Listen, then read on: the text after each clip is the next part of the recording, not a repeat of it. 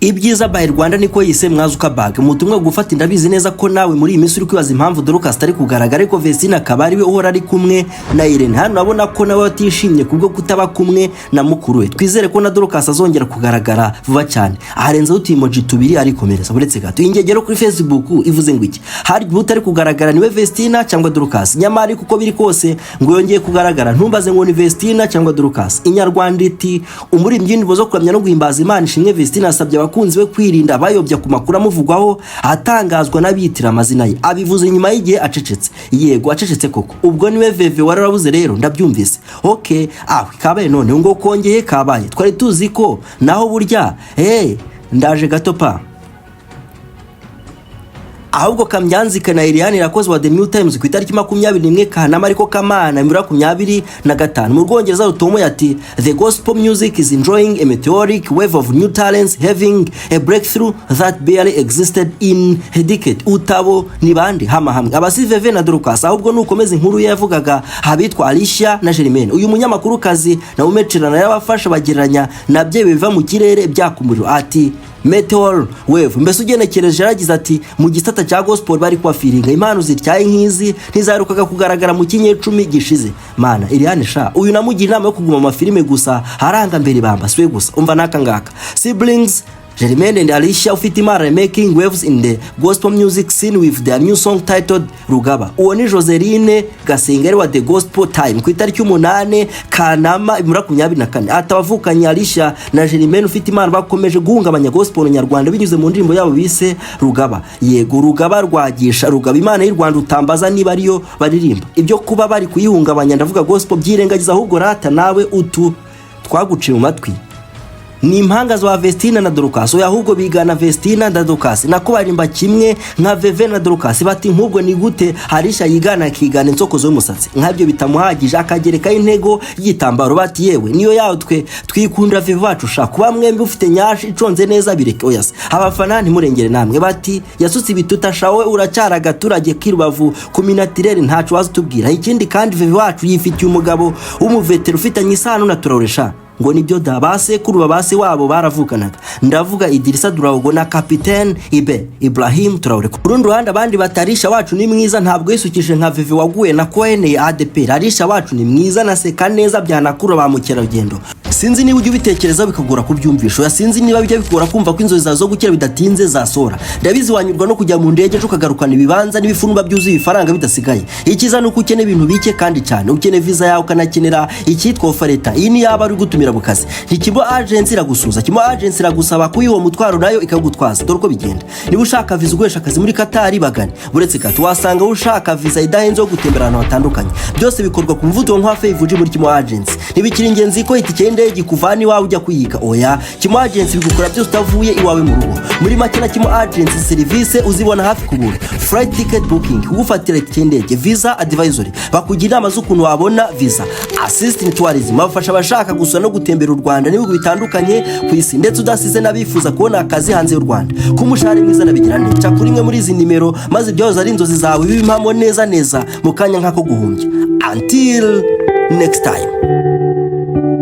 Kurundi ruhande abandi batarisha wacu ni mwiza ntabwo yisukije nka VEVE waguye na Koene ADP. Arisha wacu ni mwiza na seka neza byanakura ba mukeragendo maze no bakibwiza gutanga amadovize ntawe wishuje u Rwanda rugatera imbere. Simwe mugize umutungo w'igihugu akata ikunda ati nesanze n'ubutaka sintebeje ndakumeje. Nibyo Arisha ni mwiza kandi rwose aseka byambye Jim ubwonko tubyanzuko utabyemera hamwe kutuzi twanira bitabishira burya ahubwo baragiza bati waruzi n'ikindi se Arisha wacu yiga kuvura. Ureke wowe wize ubukwikwi amba abafana ko mwarakaye mwabaye iki ariko none nibyo koko Alicia ni ugiye gusimbura Vestine Dorcas na kitsinda rya Alicia na Germaine ryo rigiye gukora mu ngata irya Vestine Dorcas irindi ryose rebaho ntumbaze nanjye intozo utambaza igitangaza makuru ikorera ngo ni Headman ishimwe kwa muskerutse kugira iti breaking news iyi nkuru icukumbuye nyuma yo gushaka ubutse bikamuviramo gusenya rugikubita umuhanzi kazi Ishimwe Vestine nyuma yo kujya mu bitaramo bizenguruka Canada ariko akaba yaragiye atwita inda y'uwahoze ari umugabo we uku gutwita kutamuguye neza kwabaye intandaro yo gusubika ibitaramo byari birimbanyije bizenguruka imijyi itandukanye ya Canada. Ishimwe Vestine uririmba mu itsinda rimwe n'umuvandimwe Dorcas yahisemo kuguma muri Canada kugira ngo habyarireyo ndetse yirinda amenyo y'abasetsi ba Kigali. Yamba Edimani ngo nukacukumbura iki ko nawe akeneye muganga nk'abandi bose. Yawe nibyo koko se imihanda yaranyereye dukure y'amaso kwa VEVE mpaka ngo yibere mu Canada tubipimire mwa Alicia na Germaine. Ngo ntiwabonye ko yakanya county ishima Duraogo hatuosinye sha none baba batarasubiranye mu kabyarame. Ayi birabe byo atucomeka 5G ubundi dusimbuka energy mu bwonko naho njye ndi MPRL kuwejwe rwira ngo 5G nti kubaho nukubaho nye twatunyara kumvudo nka 5G urangara gato ugasigara. Ishimwe Vestine Tarisi niko yitwa nushaka kumwite VEVE wa Duraogo ayinya hari kera ukundo utaragwamo incishisha nkwibutse ko kugeza ubu nta foto nimwe igaragaza Duraogo arasubiza ku mbuga akoresha ndavuga VEVE umukobwa nakubungubu n'umugore wa Duraogo niba ari ukuri ko yabera musanze mu Canada meyo kumuca inyuma n'indangamirwa z'inyarugenge atazi ko umukobwa wacu asiza cometse ikitwa kamera. Oya izo ni inkuru zihara bikaza uponyori jihadi ufunzwe da ahabwe umukobwa jana tuvugisha n'amangambure ubundi ninde bahu mu kare ka Musanze ni bavuka ndavuga Vestine na Dorcas abahanzi kazi w'umuziki wo kuramya no guhimbaza Mungu hapana Imana kuko yo ntihimbazwa ahubwo isanzwe himbawe. Abakiristu muraho yemwe murasuzwa na Jim ubwongo duryaza iminwacu buri munsi ngo turyera amatwi yanyu. Hari mu gitondo cyo kuwa mbere itariki 2 Gashyantare 2004 impundu zivuzwa kwa Afande Nizeyimana Mazimpaka na nyina uzamukundiriza biti bari bibarutse umwana w'umukobwa w'imibiri yombi. Nyamara bari bazi ko ari we uzabakura inkotsi na bikara iyo mu ruhingeri rw'ibihunge hakabazana neza akabatereka igasabo ngo no barebe uko amatara ya Kigali amera. Iyi wabyumvise amakuru atari vumbi nuko Duraogo ngo ajye kugubanura uyu mwari yabanje kugubanura nyina mwizeza ko azabagura ibipangu inyarugenge. Amashuri ya VEVE se buriya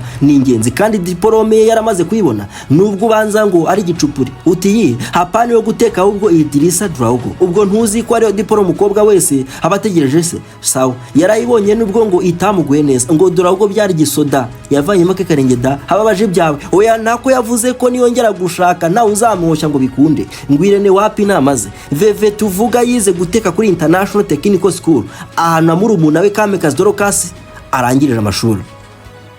Ngo hari indwara zidakira ntibakuyobye abona abatazi ko burya buri ndwara igira ikimera kivura. Ndakora umunsi wawe na muganga kondo uzahita witandukanya n'ibinyoma nk'ibyo inyatsi amashitani inkoresho anakigitsina cyawe ni gito bikagutera ipfunwe wabuze umugabo bikazonga ngo ubukwe bwawe bupfira kuri finale umutuzi wawe wapi we no mwashakanye murapfakana kari ntabe uyobya bwenge byabasa ukiyakira ubuze imihangira kubabaza ngo ni ugiyemo wowe ntikama muganga akonda gusanga uri hose buretse gato barakuroze nawe uratuze uretse nibiwuherano amahembe na nyabingi ubwe ntiyongera kugutinyuka uruzi n'ikindi se gutsirika no gukongora inyatsi na karande nibyo bintu biri simple reka da n'ikibwara kigarura ko gufasha no kubona akazi ndagira nte urya kandi ntukeneye ibya mirenge ku ntenyo ngo ugire amagara mazima umwijima wakuzonze diabete na amibe nabyo ukundi utuwo ninde numwe rukumbi mu Rwanda kandi ujya kumugana binga no gutetesha amagara yawe nibyo rwose ubuvuzi gakondo bushingiye kumera bugira isoko imwe rukumbi kwa muganga gakondo ukora mu wa Musanze singutinze kandi nimero niyo ubahanze ibyo si ikibazo ko DHR burya yazigi oya winshimira aho guzishimire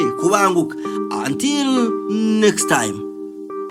Kurundi ruhande Alicia mu Rwongereza wanabishimuka mwita Alicia mu Rwespanyol uteranyije ufite Imana iko yiswe n'ababyeyi be nubitindeho yitiranwa na sumubyara ufite Imana icyo tumva se aka Papa Innocent manager mukuru w'itsinda rya Alicia na Germaine nabwo nubundi bugeni buryo uzabyerekare wangu ndakurabuye uyu mugabo ntadukereze cyane se watuzinduye hari kugenda usinye ko ari we CEO w'ikitwa Aba Music yego umuhinda byoze ubundi twikomereza ahubwo rata Alicia ufite Imana avuka hari nyuma gato yuko nyakwa Paul Kagame atorewe nako arahiriye kuyobora u Rwanda mbere binyuze mu cyitwa amatora kuri 5G se ubwo racyambaza umwaka kandi jya wihuta jama ni musozi itari miremire cyane ya Rubavu apana Rubavu rw'inka oya si n'urwene ahubwo neza ni rwa Rubavu rwa Adamu ngo rwasosowemo Eva wa mwari ngo utaragera gukwasa umugore abandi mukaza nyuma uwo rero avuka sasa ni Rubavu ruzavura imvura bene najye bene Imana Rubavu rwibarutse Alicia na Germaine Rubavu ruzatuvura gahinda na depression urubyiruko dukomeje guterwa n'ubukene kugisenge kizasenya ibyaha mwisizima ku Kivu kizatuvura imyuma yose kandi ngo ari inkare za Nyiransigura ni iwawe w'impano iwawe Haruna na Muhajiri iwawe abandi ahubwo di ihute ni iwawe Igete na Cynthia mu murenge wa Rugerero ruzatugeza mu ijuru tudapfuye, aho neza neza mu kagari n'umudugudu nibuka ntiwavuka. Alicia ufite Imana avuka ari uwa kabiri, naho Germaine baririmbana hakaza ari wa gatatu. Idini urabaza amakode ya ADPR hase amaso ntago adi, uzacisha amaso rimwe mu ndirimbo yabo uzatubwira ingutiya n'akamakanzu di. Hano hari abajenizi batazi ingutiya ngo ni iki, uburebure bwazo ni nk'imifuka mu rusyo wasuwakimu ku ndirimbo zambonye awe. Ahubwo buri Alicia aba muri korali tutazi zina, uretse ko ngo murumuna we hatabikozwa hatumuhamagaro nturaza siringenza. Ariko ahubwo se harya nakubwiye ko we ari intoza, we sintiti nka zimwe Rudahigwa yigeze gusanga i Butare, ahubwo yarize nakari kwiga kuvura abantu si amatungo havesha katubisasanuye neza. Alicia ufite Imana yize amashuri abanza mu karere ka Rwarubavu, akimara gutsinda ikizamini cya tronkomisi yakije imodoka amwerekezanya mu Ruhengeri, nuko amashuri yisumbuye yasasanuye kuri Esa Ruhengeri. Muri ba bagore n'akabakobwa biyemeje gufata ubusugi bwabo byahise ba Padiri na Frere Rupias nitwameye ibyo bakora. Uretse n'ibyo kandi ubwo se muhungu yabarazi i Nyarugenge, ariko rero mujye mwihuta kuri VEVE sha. Aha rero muri ba bagore biyemeje guharira ubusugi bwabo Yezu Kristo w'i Nazareti hatabaye, uretse gusa kuwa wiswe Yezu yakuza abarizwa mu izina ryitwaga Nazarenzi cyangwa se Abanazarene, ari nabo ba Asini. Naho ubundi i Nazareti ntihabagaho da na nyina Bikira Mariya utagira icyaha kandi ngo yarabyaye atagira umugabo.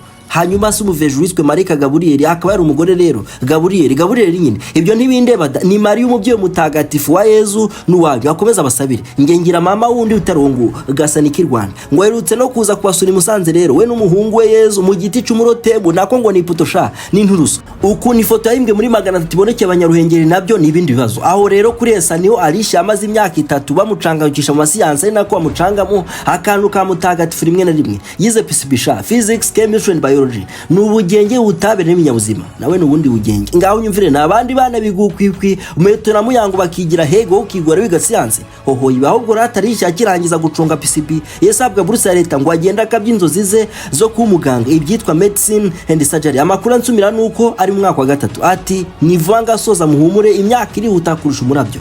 Uti nitwavuga Alicia ngo dusige ufite Imana Germaine nibyo turi gym ubwonko duricyaza imwacu buri munsi ngo turgera amatwi yawe. Germaine kuri uyiga indimi zitari zose, yewe siniza amatungo cyangwa se iz'umuriro, ahubwo yiga RFEC literature cyangwa se ubuvanganzo urufaransa n'ubunyarwanda kuri École de Lettres de Gatove. Ubwo nubona ari usubiza cyane kuri VEVE nukabaza impamvu ibyo kuba wibaza ukuntu bahuza imiziki n'amasomo babisuje kera. Alicia yabwiye.com ati umuziki no kwiga kubihuza biroshe cyane, ikintu cyonyine bisaba nuko ya gahunda nta kibangamira ikindi. Ngayo nguko ngo muzabumva mwabyanga mwabyemera ngo baje kwambuka buranga bikavuna kubi ni nkamwe bya Amajide Buraka byo kwambukanya barongo papa. Uti baje bate tubisubiremo se? Yego ngo burya aryo yasubiyemo katubere muri korali Gosheni kumuhoza niho byose bitangira, basubira mu turimbo tw'abandi bakanema muri korali. Ndebera ka video batereka da ntabwo twava muri ADPR. Ababizi ngo baracweni kwa mupastor uhagarariye idini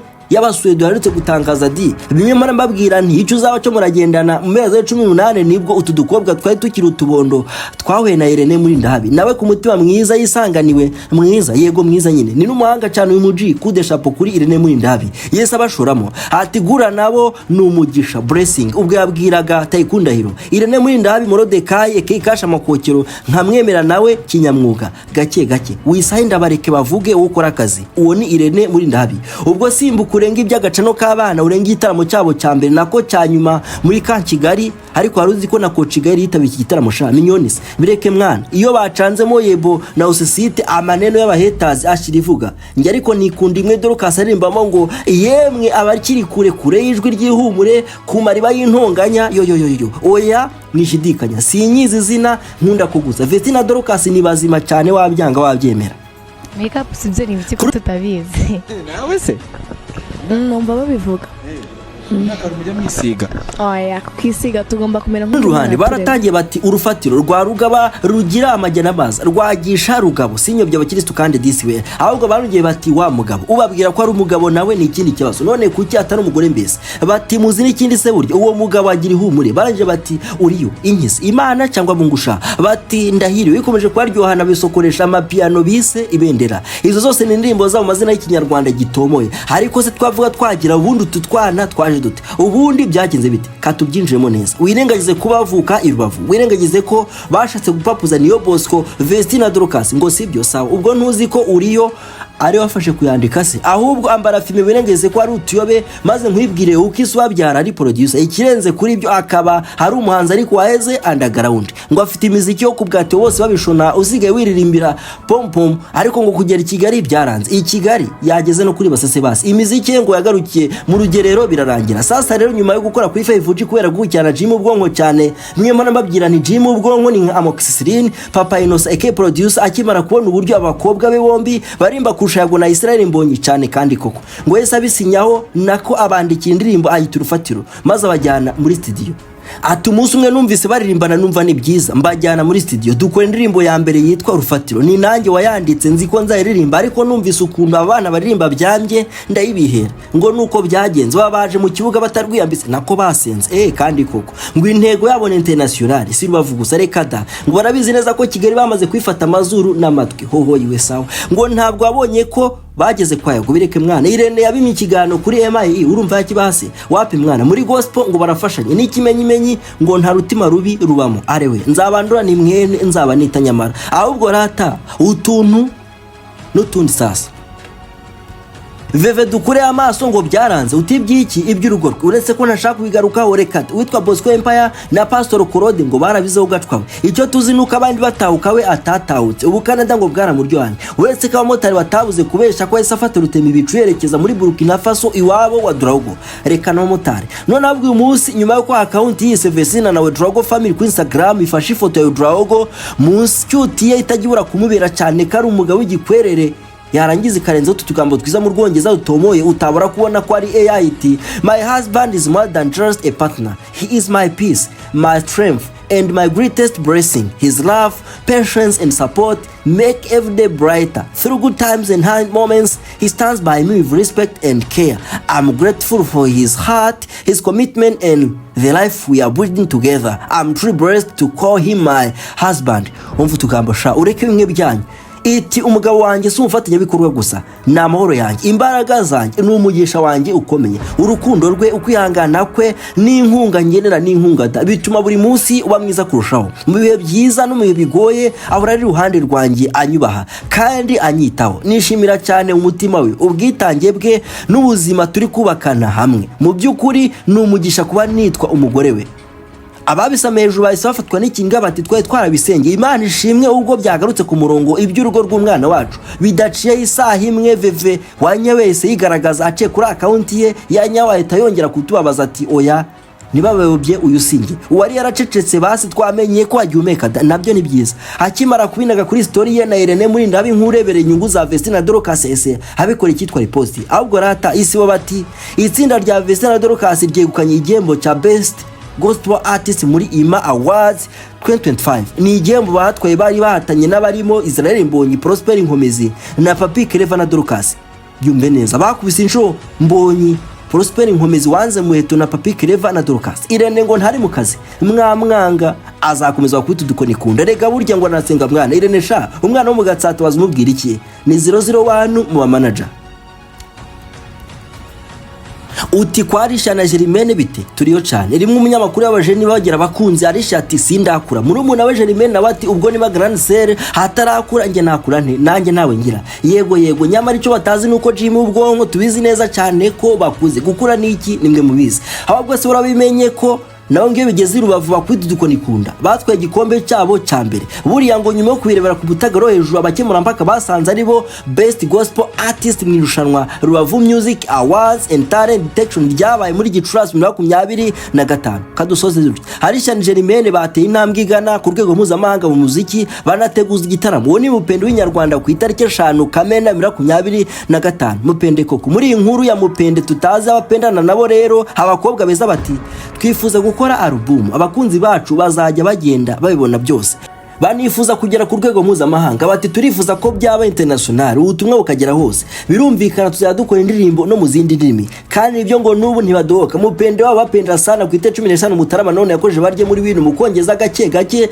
apfundikanya ati Alicia na Germaine set for international concerts and new songs in French, English and Swahili hata abakobwa noneho bateguje ko gahunda ari ukubitereka ku rwego mpuzamahanga bagakora indirimbo mu Rwongereza Urufaransa udase n'Utwahili maze ndoresha ibi byose ngo babitanga batangarije umupende w'inyarwanda nyuma yo gushyira hanze indirimbo yabo bise ibendera ejo bunda ntukiniririmbo ngo yatwaye miliyoni ye peti shamba no gadata abana kubakunda ubanza binga no kujya mu ijuru udapfuye none se raturetse kuba gospel icyo gisata gikunzwe mu Rwanda kurusha ibindi bihakanese ratawe ubona ari Vestine Dorcas na Alicia na Germaine arabahebeza uti bose ni beza oyas uti Dorcas ari hafi gushaka umugabo urabizi neza amotari ngo aberanye na Irene ati ndi papa wabo mwabaswamwe nanjye igikwavu gikuze kikonka abana gite mashallah singorerate mu nzu y'Imana nta muto nta n'umukuru igereranya singenzi kuko ikingenzi nico buri wese akoresha itaranto ye yahawe kandi burya muri Yohani igice 15:5 Yesu Nazareti ati ninge muzabibu namwe muri amashami uguma muri nge nanjye nkaguma muri we uwo niwe wera imbuto kandi nyinshi kuko ari ntacyo mbasha gukora